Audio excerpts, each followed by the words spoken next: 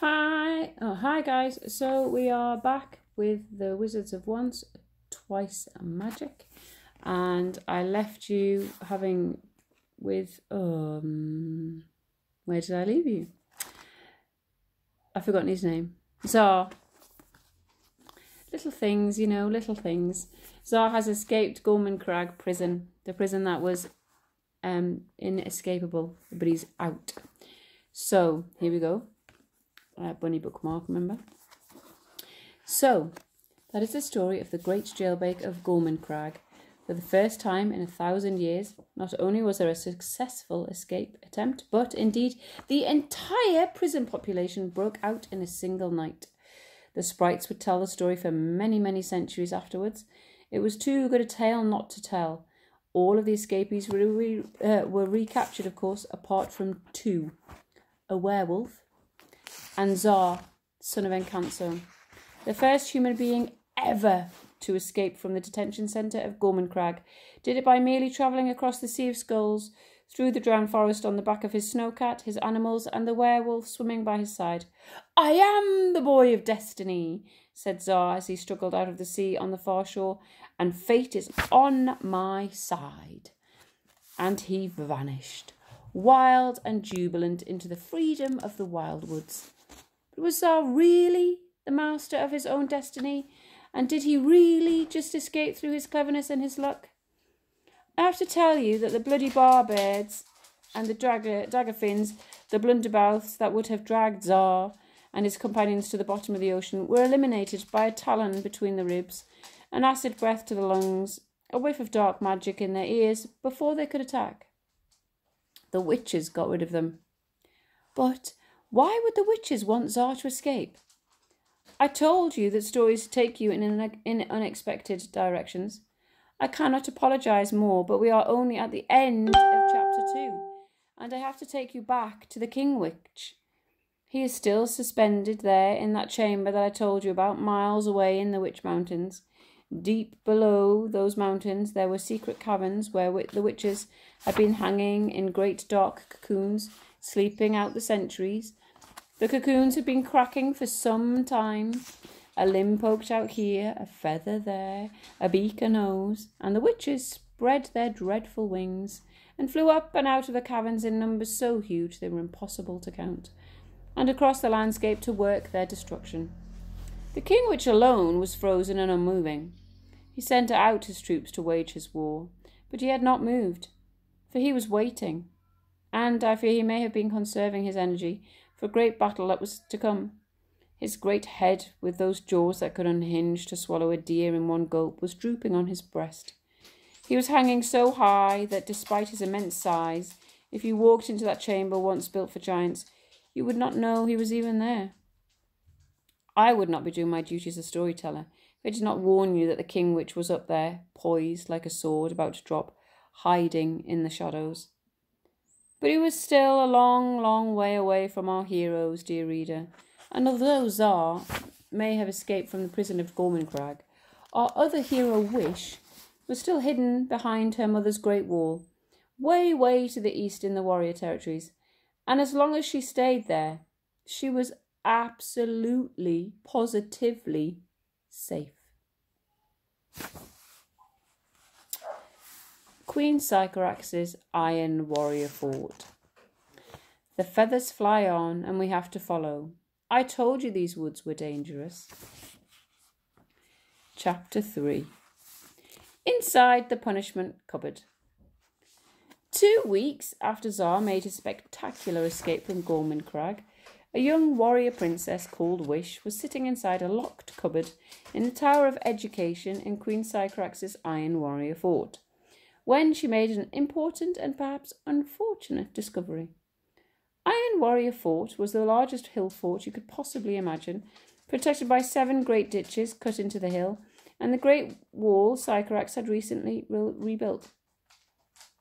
It was constantly patrolled by warriors looking out for witches who would shoot anything magic that they saw in sight.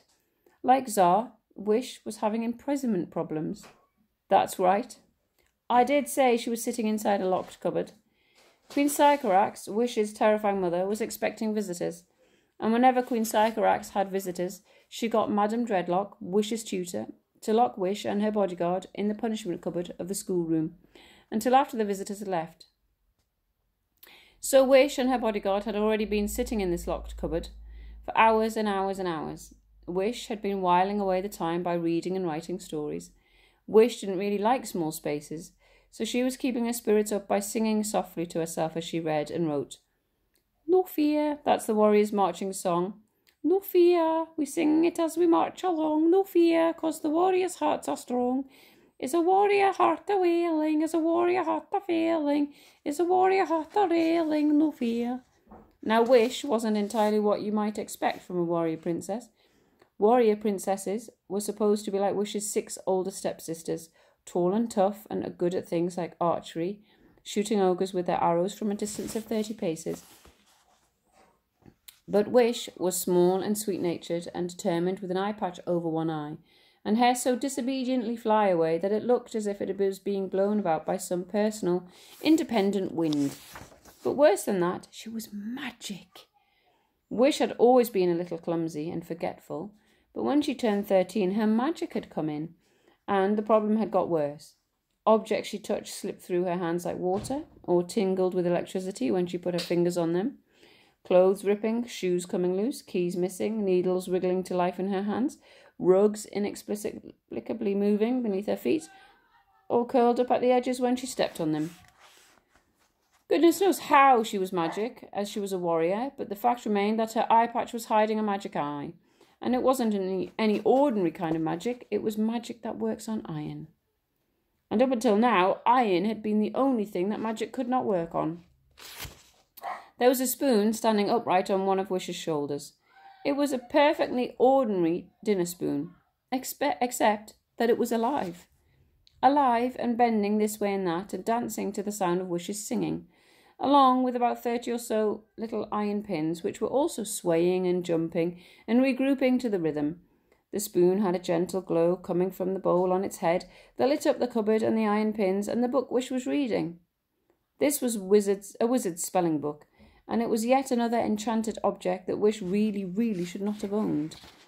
It had once belonged to Tsar, but Caliburn had given it to Wish in case witches came after her in the future. The spelling book is a complete guide to this entire magical world, so it is filled with recipes, potions, fairy stories, everything you might need to cope in a world of magic. It was in this book that Wish made her important and perhaps unfortunate discovery. "Bodkin!" Wish exclaimed excitedly. "Look! I found a spell to get rid of witches!" Bodkin was an anxious, skinny boy, about the same age as Wish. He was finding being the assistant bodyguard to the princess really rather testing, because he didn't like fighting very much.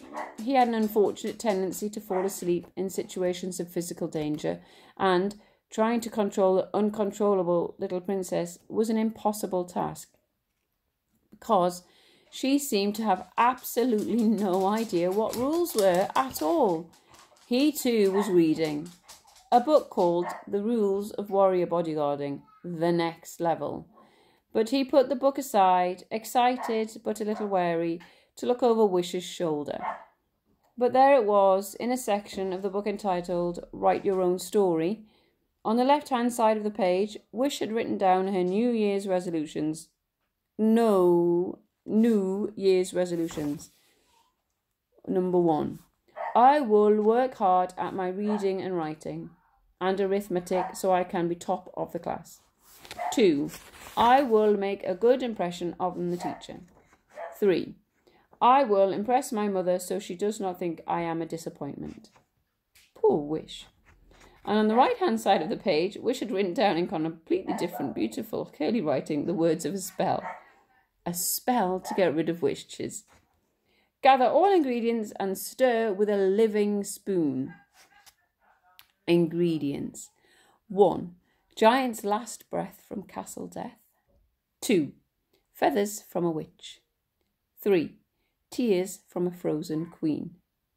But after 3, the writing got a bit smudgy, as if the writer had suddenly been surprised in the middle of doing something, and "Do you want to know something truly extraordinary?" said Wish, eyes shining like stars. Not really, thought Bodkin, who was beginning to get a very, very bad feeling about this. I wasn't even looking for it. I was just starting to write a story in this section of the book because Caliban gave me one of his feathers to do that with, and suddenly a feather started writing all by itself. Oh dear, said Bodkin, whose bad feeling was getting worse. Are you sure it wasn't just you writing that? That's a bit spooky. I'm certain, said Wish, it's not my writing, and it definitely isn't my spell. It was true. Wish was very clever, but she had certain difficulties in the reading, writing, and arithmetic departments. It may have been something to do with being magic, but somehow all the letters and the numbers wandered about doing complicated alphabet dances in her head, and they wouldn't stay still however hard she concentrated. It was very wearing. Only that morning her teacher, Madame Dreadlock, had been so exasperated with Wish's spelling that she made Wish write, I am a fool, on a piece of paper and hang it around her neck as a punishment. But every single word on the page Wish was showing Bodkin was spelled absolutely correctly. You're right, Bodkin confirmed. That doesn't look like anything like your spelling. Don't you see what this means? Said Wish excitedly, waving her arms around.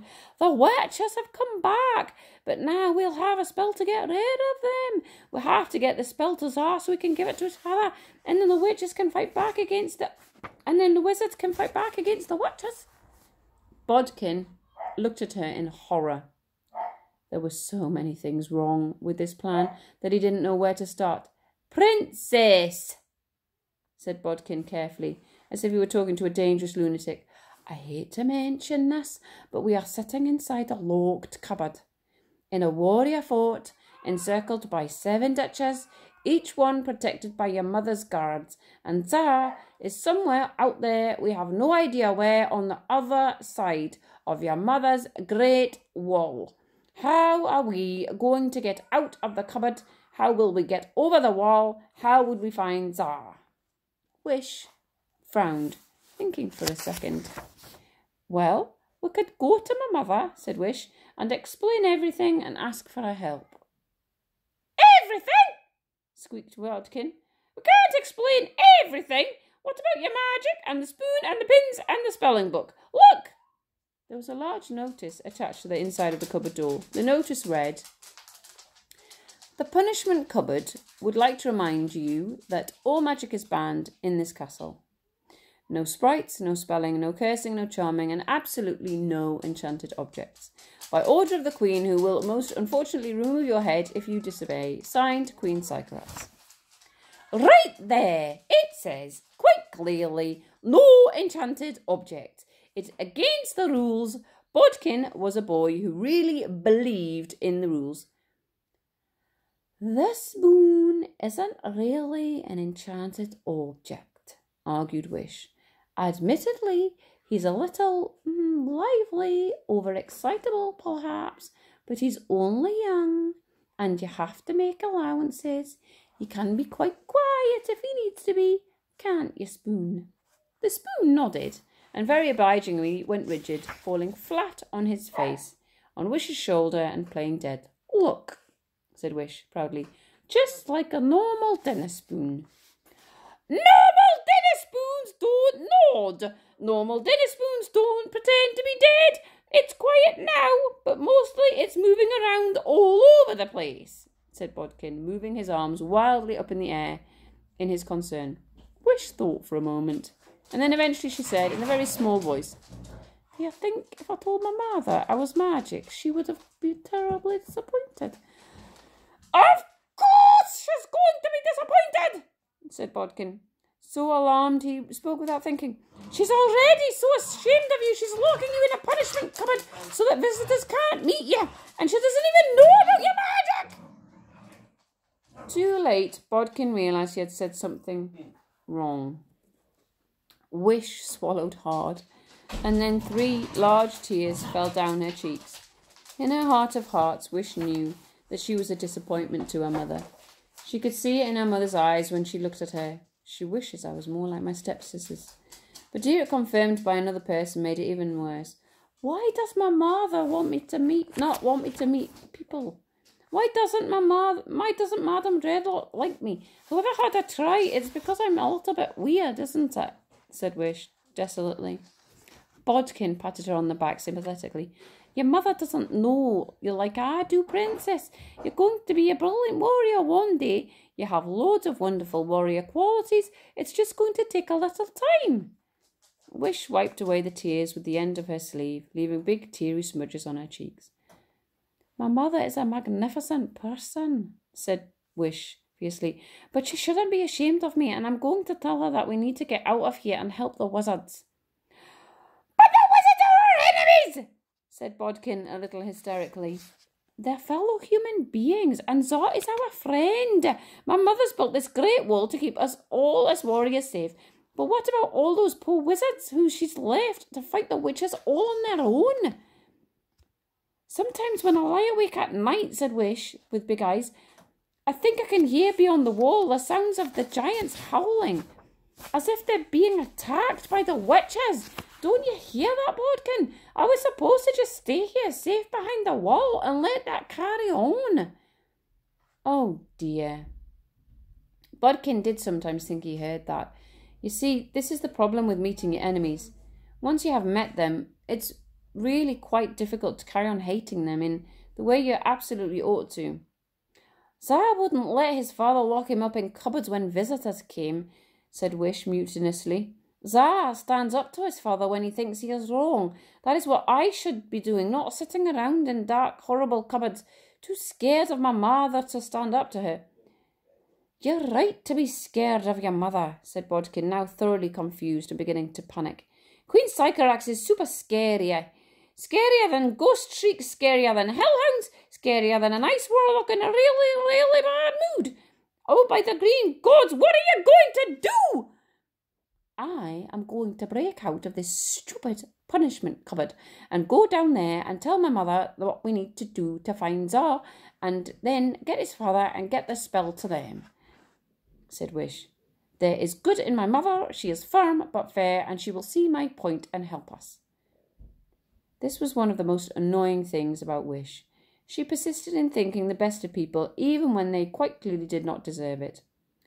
Your mother is not firm, but fair, objected Bodkin. Your mother is a terrifying tyrant who locks people up in punishment cupboards for a really, really long time when they've done absolutely nothing wrong at all. Well, that's exactly my point, argued Wish. She needs to understand that what she is doing is wrong.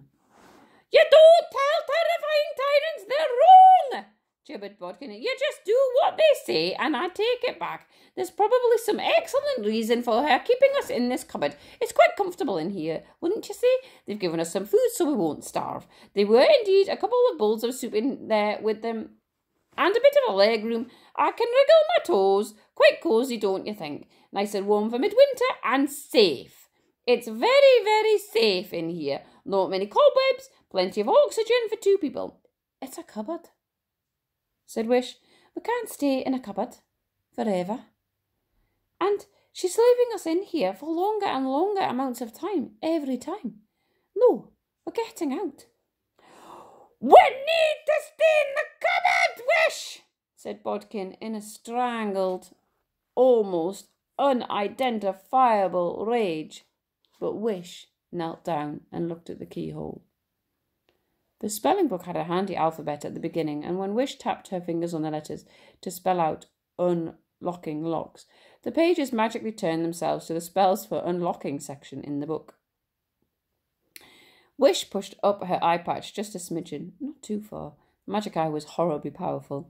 Then muttered the words of the spell under her breath, and the key on the other side of the door wriggled out of the lock and shot underneath the bottom of the door to their side of the cupboard, picking itself up off the floor and making them both a small bow. The handle of the key formed the shape of a mouth, and the key said in a tiny, creaky, excitable little voice, "How can I help you?" "It's speaking," whispered Wish, delighted, for she had never made an enchanted object speak before. "Will you stop bringing things to life?" whispered Bodkin through gritted teeth. "You can help us to unlock the door key," said Wish, and the key bowed again, absolutely delighted, for there is nothing that enchanted objects enjoy more than doing the things they were created for. The key hopped up to the door and unlocked their side of it with such over-enthusiasm that there was a small explosion and the wood of the door split in half. "Whoops," said Wish as the half-broken door swung open. "It's not too late to stay in the cupboard," cried Bodkin as Wish scrambled out. "Oh, brother, she's not staying in the cupboard. I'm going to have to follow her," groaned Bodkin, grabbing his weapons. "She's exploded Madam Dreadlock's cupboard. She's left the schoolroom without permission," moaned Bodkin, eyes wide open with horror as he stumbled out of the cupboard in through the schoolroom and onto the battlements. "We're going to be in such grave trouble!" Clank, clank, clank. Bodkin staggered after Wish as fast as he could, given that he was wearing 2 sets of body armour. "Wait for me!" puffed Bodkin. Wish slowed down a little. "Oh, I'm so sorry, Bodkin. Am I going too fast for you? Wow, you're wearing a lot of body armour." Bodkin paused for breath. "You see, Wish, this is why Madam Dreadlock doesn't like you," groaned Bodkin. "What about your New Year's resolution?" It was true. Wish's New Year's resolution number 2, make a good impression on the teacher, wasn't going so well, what with one thing and another. "Bodkin," said Wish, "I'm sad that Madam Dreadlock doesn't like me, but there are some things that are more important than teachers and exploding cupboards. Look, somewhere out there over that wall, Zara and the wizards are in trouble, and we can help them." Bodkin swallowed hard. "Oh dear, you're right. We have to help them. It's just that witches are so scary, and they're invisible until they attack, so they could be anywhere," whispered Bodkin with boggling eyes. He tried to look over his shoulder, but with the weight of his helmet and body armour meant he had to shuffle his entire body around 180 degrees. "I keep thinking they're here already, that we're being followed. That's why I'm wearing so much body armour." "Yes, it's probably better not to wear so much armour that you can't actually move," Bodkin advised Wish. "And your mother's so busy it won't be a good moment. She's expecting visitors. I can see her already up on the royal stage." Bodkin pointed down into the courtyard. "My mother's always busy. There's never a good moment. Don't worry, I've been practising my visiting manners." "Bodkin," said Wish, and she dashed off down the stairs. Bodkin hopped unhappily from foot to foot in an agony of anxiety. There was no stopping the little princess when she was in this kind of mood. He left the shield and the backpack behind because they were too heavy, and slowing him down, and clank, clank, clank, he staggered after Wish down the stairs. "At the very least," begged Bodkin, catching up with Wish as she reached the bottom of the tower because she'd lost one of her shoes and had to go back for it, "give me all the enchanted objects. You can't go on the royal stage with your pockets full of banned magical things. I'll look after them while you're up there." Wish did see Bodkin's point on this. She gave him the spoon, the spelling book, and all of the enchanted pins, who neatly pinned themselves all over Bodkin's shirt, and then she hurried off, pushing her way through the crowd towards the stage, practising, saying very firmly, "You are wrong, mother. We have to help the wizards." And her visitor manners, just in case, "How do you do? What do you do?" The executioner, who was a kind man when he wasn't doing his job, helped her up onto the stage beside her sisters. Wish's 6 older stepsisters were tidy, handsome warrior girls, as muscled and hairy and unwelcoming as 6 well-groomed blonde gorillas. When she scrambled up beside them, the sister nearest to her in age, Drama, gave her such a big shove in the stomach with her elbow that Wish nearly fell off the stage. "What are you doing here, you rat?" growled Drama. "Mother is ashamed of you. You're not fit to be seen by company."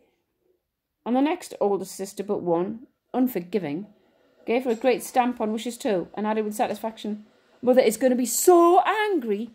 It seemed they could be right. The great Queen Sycorax was sitting in a magnificent throne right in the centre of the courtyard. She was dressed in elaborately regal armour with 1 black earring and 1 white. Wish, already gasping for breath and hopping on 1 foot from her stepsister's rather violent greeting, felt his stomach plunge with anxiety. What had seemed such a good idea in the cupboard suddenly didn't seem such a good idea now. Even to Wish's hopeful eyes, her mother didn't look firm but fair. She looked absolutely hopping mad. "What are ye doing here?" Queen Sycorax, in the voice of a sweetly striking cobra. "How dare ye disobey your mother?" And then she gave Wish that look. In most people's eyes, Wish's mother, the Queen Sycorax, was the most petrifying warrior leader in the entire western wildwoods, known for her stern punishments, her short temper, and her dungeons of interminable depth. In Wish's eyes, her mother was the most wonderful, beautiful, splendid person in the entire world. And more than anything else in the world, Wish longed to please her mother, get her golden approval.